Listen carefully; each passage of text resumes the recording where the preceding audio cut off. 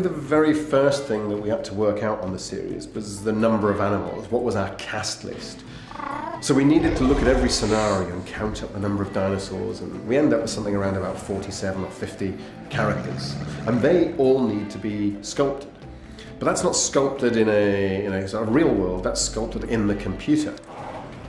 Our modelers build what we call a proxy model, which is basically getting the model in its early stages of blocking it out, so getting the right shape and proportions.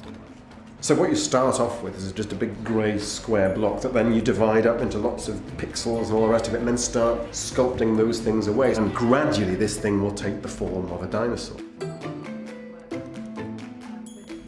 We then move on to what we call a 3D sculpt to put in detail. It's just the same as clay modelling really, but it's on a computer. Every little scale, every little detail needs to be sculpted and laid onto that animal.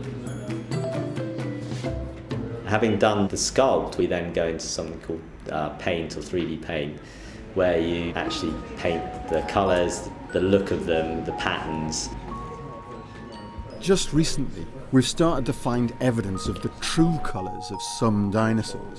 But for the most part, the colours, patterns are educated guesses.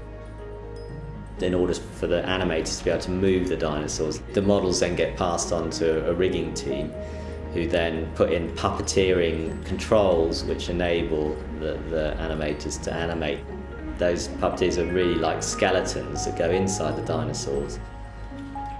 Everything needs to be rigged. If you want an eyelid, that needs rigging. If you need a nostril flare, that needs rigging. So all the kind of nuanced movement you've described in your script or you've asked for, that needs to be put in at the rigging stage, because without that, well, it isn't going to move.